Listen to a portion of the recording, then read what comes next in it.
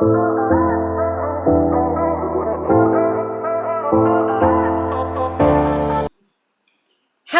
and welcome to the world's most famous podcast. I am Jacqueline Maddison, your host.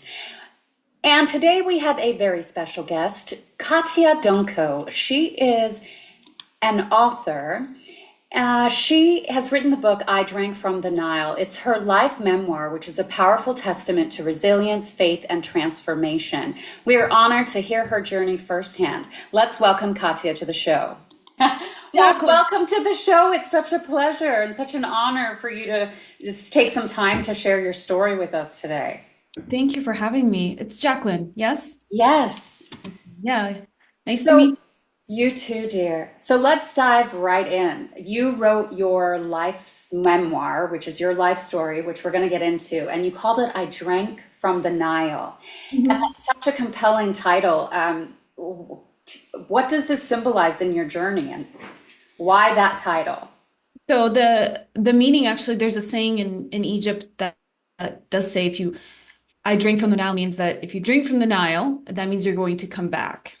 Oh, So it's almost wow. like, well, when I traveled there for the first time in 2012 during their revolutions, I fell in love with the culture and just the beauty of it, the mystery of it. And so when I came back, somebody's like, "Oh, you must have drank from the Nile." And so it stuck with me for a while. Yeah, absolutely. So what inspired you to write this deeply personal memoir about your life? It is, when I sat down to write it, it's a very unconventional way of finding your self-worth and breaking generational pain. It's a journey, and a lot of people, when they're going through bad things, a lot of them go to like wellness retreats and go to yoga and do breath work. My life journey to overcoming my pain and my trauma in childhood and was really raw and messy. And I don't know if you know the book. Obviously, we all know Eat, Pray, Love. Right? She kind of went on the self-discovery of through these countries, and it made her a better woman, and she realized a lot of things, but they were beautiful, and that's not you know ultimately, that's not how a lot of people's lives come about. They don't travel to get this beautiful experience and they have this aha moment. For me, it was a full-on deconstruction of who I am and my past and coming to terms with it. So Wow, that's powerful. And it's so true. I think we all sort of come to that point in life where we face the damage of our childhood or our past, and that is a transformational season where mhm, we grow from it and we either let it make us or break us. exactly. So if there was one lesson you hope readers take away from your book, what would it be? I'm sure there's more, but if you had to pick one. That you can use pain in your life and turn it into power. And it's your responsibility. Their life always gets, there's so many bad things that happen to people, from being diagnosed with something or, bad relationships, deaths in the family. It's really what you do with that pain that kind of prepares you for the next step in your life. And the lesson that I want people to learn is that pain is not a life sentence. What happened to you is not a life sentence. It's meant to make you stronger and to build resilience. And the only way you can get resilience is through battle. So that if you see it from that perspective, that just gives you, this warrior mentality that, I got through it or I will get through it. So basically not to victimize yourself for your past. And that's Yeah, wow. basically what I've been doing for so long in my life, until I realized that when I sat with all this pain and all this baggage and all these mistakes and all this hurt that I went through, what do I do with it now? So that was my responsibility. So Yeah. So your story is one of survival, which yes. I want to learn more about, and transformation. So what was the most difficult part for you to share so openly? Interesting because I started writing this and then I realized that I can actually post it, publish it under a pen name. And then once I realized that, everything came out. It was easier for me to open up, and that's what Right. my editor was saying. It's like, I need more emotion. Tell me, So I laid it out. The hardest part was I was actually a closet painkiller addict for highly functioning for 9, 10 years almost. Mm. And I went to the universities. I had full ride scholarships. I ran the marathon. I was, very athletic and just so highly functioning. And that was the biggest secret that I kept from everyone. My boyfriends, my friends, my family.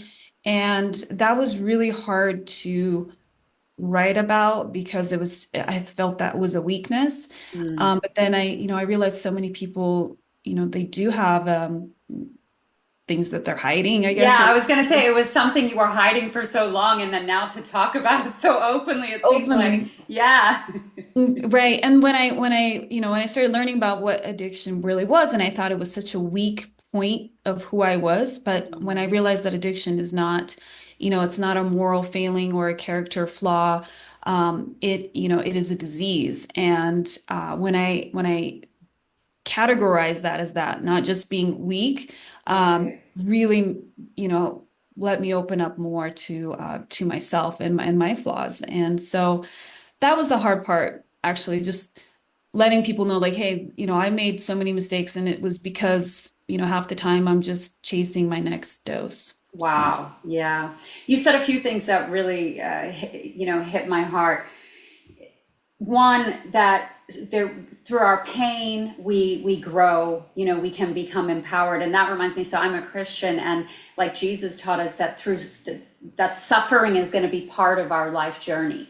It's just part of it. And then you mentioned something about deconstruction. And for me, I went through a time of deep pain and losing everything in my life. And there was that point of destruction, mhm, where I found my faith and my relationship with God, and He helped me rebuild my life and learn who I really am, in God's eyes. And so it's a rebuilding, but that mhm. deconstruction or destruction is necessary before the rebuilding.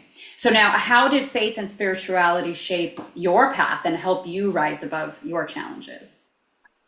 God has been a huge part of my life too. And there were many situations I write about in my book and my life in Cairo, that there's no way to explain it, but some higher power than me had Right. some influence on it. Yeah. Um, so even though, I'm trying to appeal to every reader, so I'm not, forcing any kind of religious views, but, God has Yeah. been a huge part of my journey. So right at the end, so my book ends, it's not a fairy tale ending. The book Mm. ends when I have nothing to my name. I have 2 bags and $800, and I'm sitting on the steps with my daughter at my friend's house here back in the United States. I looked up at the sky. I was crying, and I looked up at the sky, and I saw these stars, and I was like, "Okay, God, you've made. I'm here still. I'm still here. What is my purpose?" And I made this deal. I was like, "Please fall." I'm looking at the star, and this happened. I get goosebumps I got chills. I believe every time. you. It's so true. And I'm looking at it, I was like, please fall. And the star I was looking at fell. And I just Oh, completely broke down crying. In that moment, I knew that God was still there. yeah. Even in my lowest point, he has been there the whole time. And that's where I leave the reader off. Like it hit me like I still have a purpose. There's still a way forward. This is just rock bottom is just a fresh start. It's a fresh start. Right, absolutely. Well, I think that resonates with all of our life journeys because we Mhm. all go through ups and downs and we have our struggles, and life in this world is not easy. And we learn and grow through it, and we do that through our sufferings, But yes, those God winks where we just have reassurance of His presence. There's really nothing more comforting than that. Yeah, it's beautiful. It's been a wild ride, and was part of my deal with my spirituality too is, I said, okay, God, I'm going to quit my pills. Mm. In my memoir, I write how I go through that alone in privacy and in silence and hiding the fact that I'm detoxing. I was like, I will quit my pills, but I want a family. I want a child. And I promise I'll be the best mom.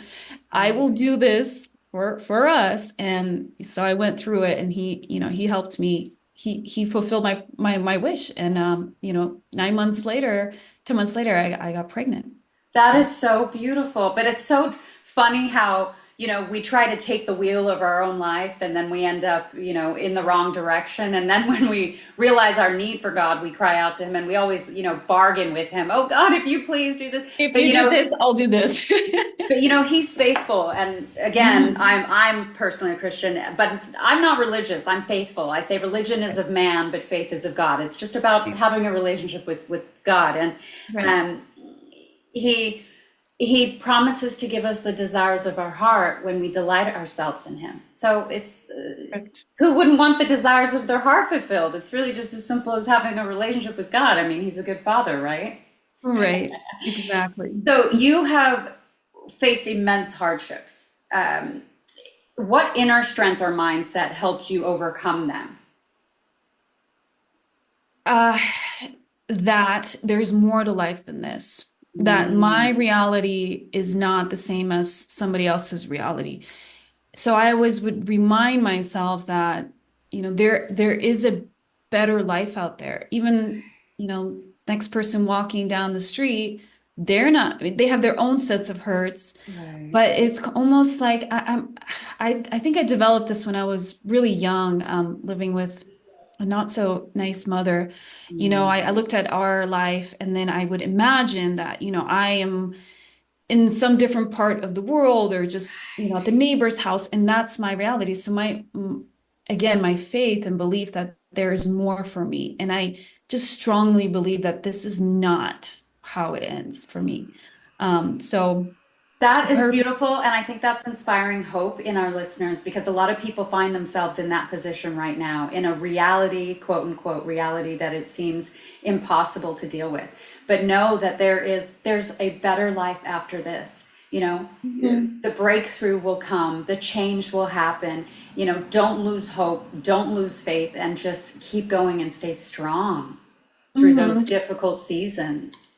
Yeah, and sometimes, when I was feeling really down, to pick myself up, I would imagine, like, today's like it's a holiday, like I'm waiting for something Yeah. magical to happen. And even though it's so hard to put yourself in that mindset, I'm like, okay, tomorrow's gonna Right. be better. Tomorrow's gonna be better. And I just knew that there's no way that, I've went through so many things, I've overcome them, I would end up worse than I was. I couldn't, that logically just wouldn't make sense for me. So, just even logic, it's like, if Yeah. what comes down has to come up Yeah. eventually. So it's Mhm. just waiting through that.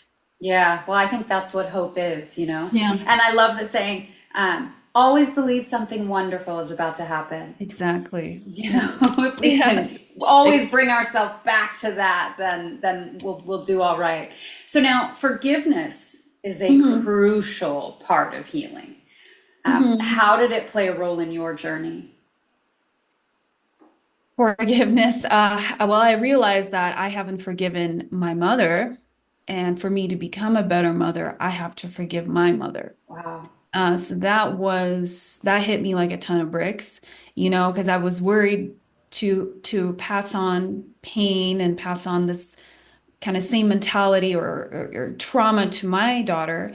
So the biggest thing I had to realize is, I mean, my mom did bad things, but it's probably because she was hurting. So forgiveness of my past, of my family's wrongdoing, or things they've done, and my ex-husband. But then, okay, so you can forgive those people, and you sit there, okay, I forgive you. It takes time. You have to, but then you can't forget to forgive yourself. That's And huge. if you have to when you do forgive yourself, you have to realize all your mistakes, and you have to confront them.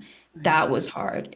Owning up to it, taking responsibility for my role in all these things that went wrong. I was Yeah. I was a participant. I wasn't a spectator. I let Hmm. it happen. I was there.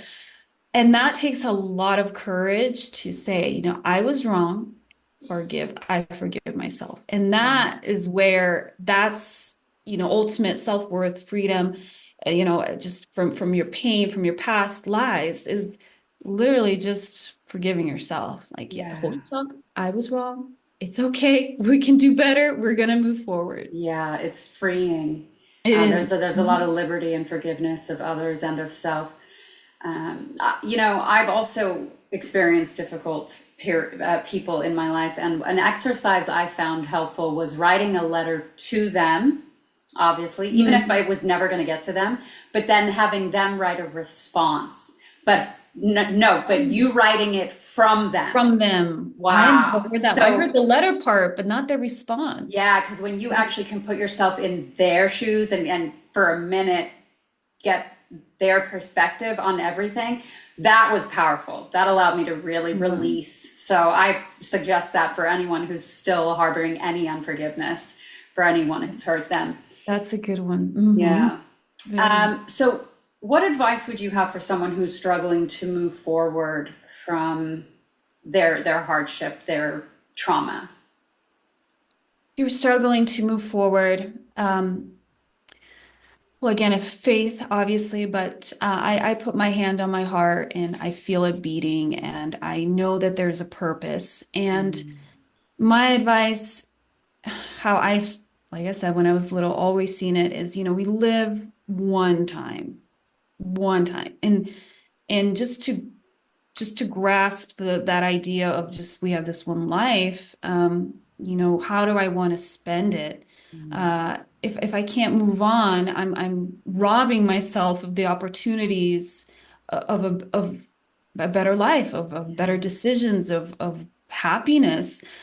So it's just how much, dwell in it for a little bit, sit with it, understand it, befriend it, deconstruct it, try to feel it. So a lot of people don't feel it, they mask it like I did with opioids. I masked it. And then when I quit, all of that still came up. It was like I was holding a ball underwater. It doesn't go away unless Yeah. you truly sit down and feel it, uh, let it out, and then don't rob yourself of the opportunity for a better future. And the more you dwell in it, you create this vicious cycle, and then that's the cycle of pain that we kind of pass on to everyone. So then Right. you're responsible now.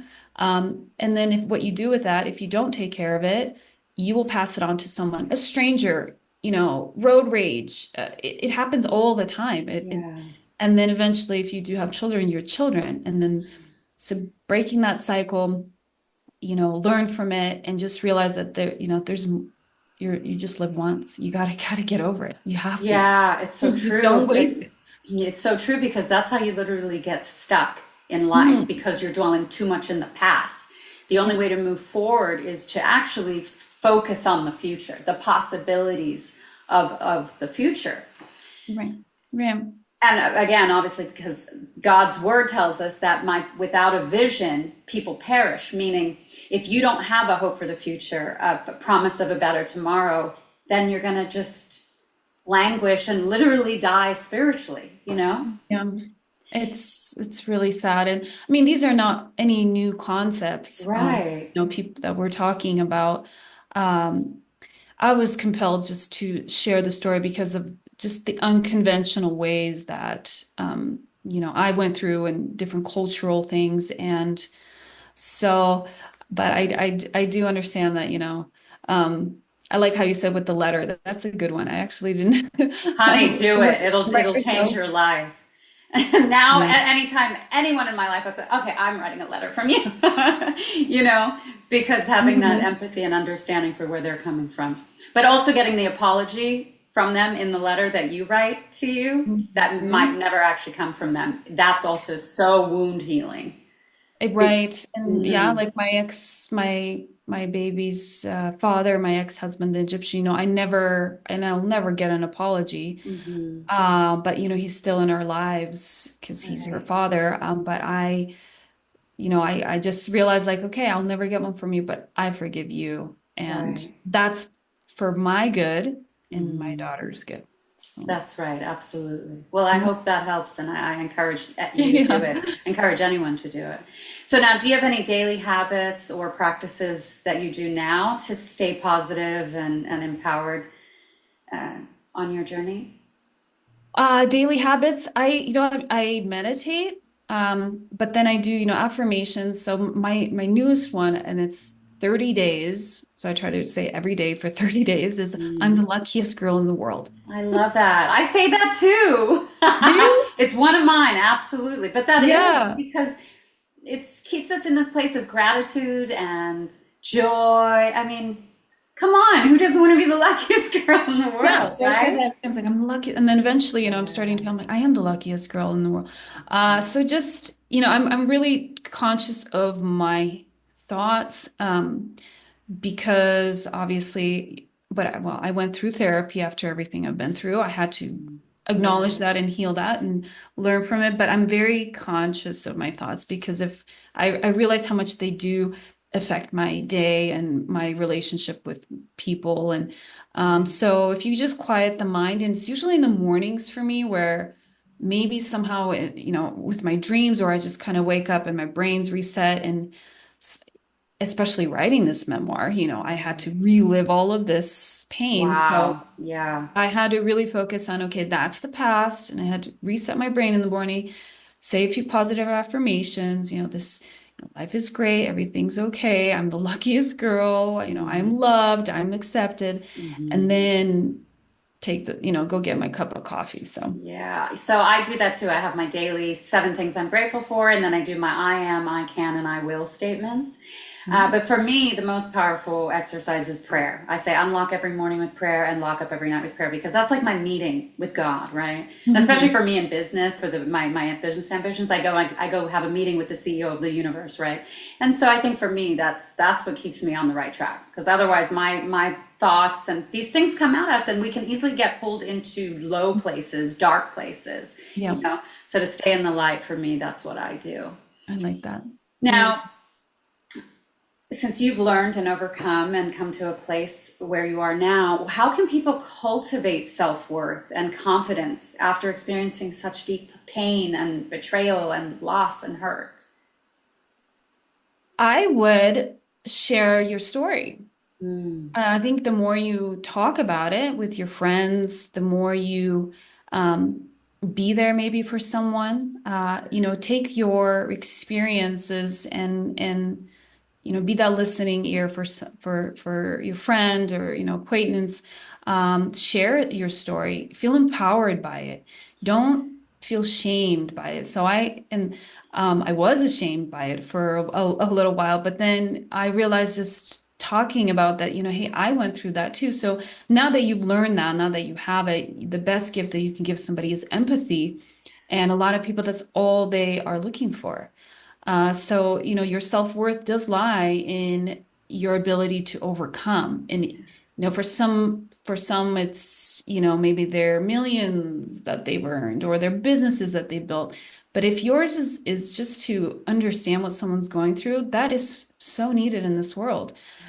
So cultivating that, share your story and, have empathy for those that do have it. There's, websites that you can even comment what some people are going through.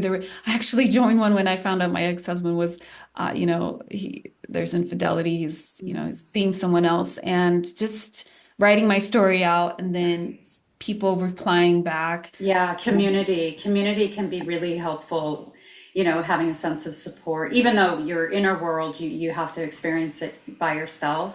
Mhm. Just knowing that other, just community helps. Community, yes, yeah, definitely. So self-worth, and know that you're, maybe a mantra could be, I'm a warrior. I I went through so many things and I can come out on top and I'm not destroyed by it. So empower yourself. I love that. You can drink from the Nile. You can come Yeah. back in more power, empowered, stronger, Yeah. wiser.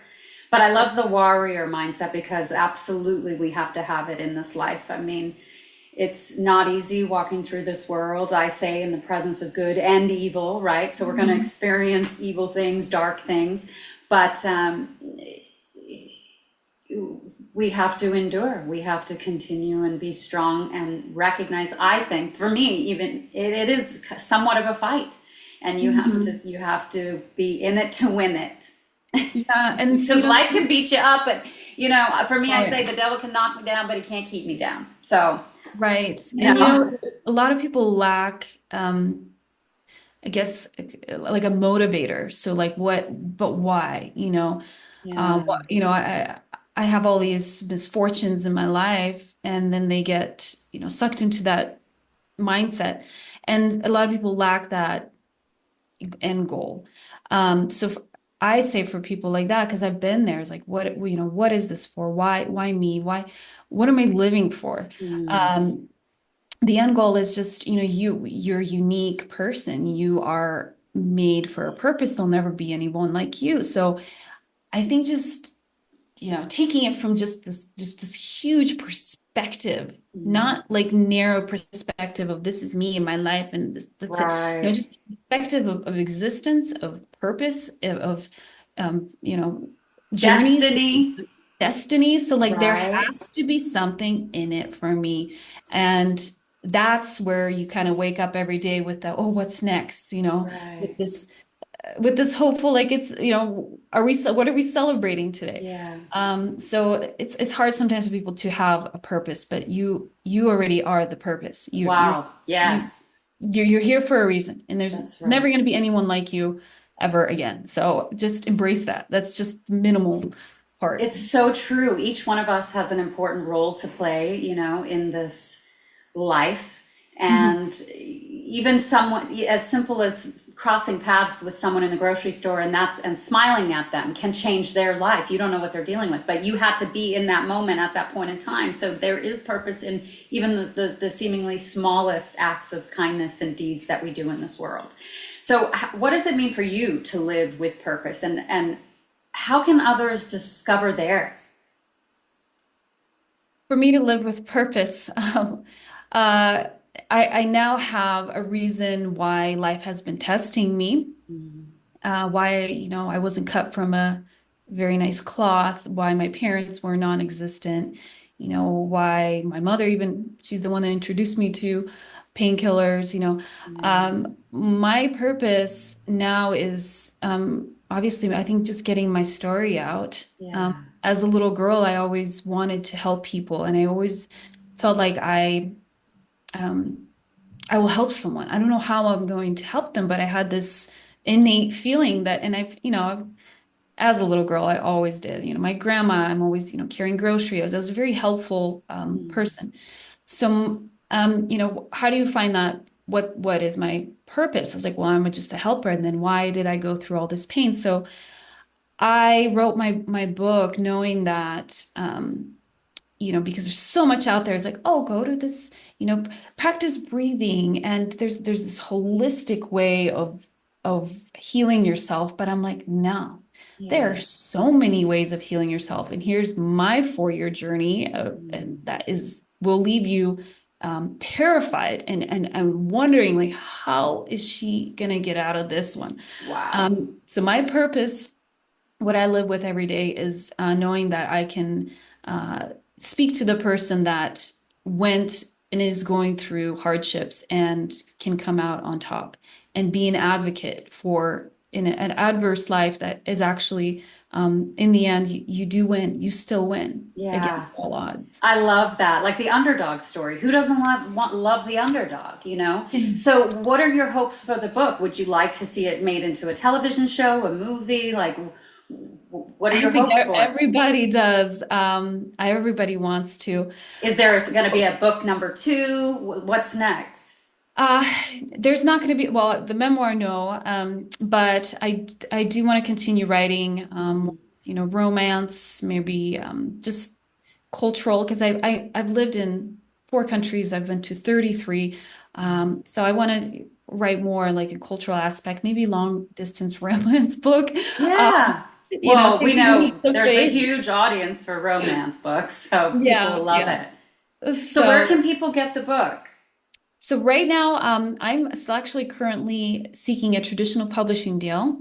Okay, great. Yeah, so I can self-publish anytime. I do have one offer that's like a hybrid, but it's ready to go, and I'm giving it a few more months of seeing if I can get a traditional deal. If not, then it will be on Amazon. I do have a website. It's my name, katyadunko.com, and you can join my wait list. Okay. And then I have obviously all my social media. You can learn more about my story. It's not for the faint of heart. It's very, very raw and unfiltered. Mm. Might be triggering. So I do always give that disclaimer. I think those are the best stories though, because Yeah. they're true and gritty and life is, you know. Mhm. I commend you for having the courage to share your story and to put it out there. And I just wish you the best with it. And I hope it does become a movie one day so that, you know, it can inspire and empower other young women out there who were born into unfortunate circumstances, but who can trust, you know, that Mhm. God is with them and that no matter what they're going through, where they are, that they will come out on top Yes. and And be victorious. thank you. Yeah, I would definitely. I don't know if you've seen the movie Not Without My Daughter. Yes. Wow. So this is a modern day Not Without My Daughter. Oh my goodness. So in the end, I did have to take her without her father's consent and flee Egypt. And that's where the book ends. And then hopefully the readers will believe me that I can rebuild a better future for us. And I did.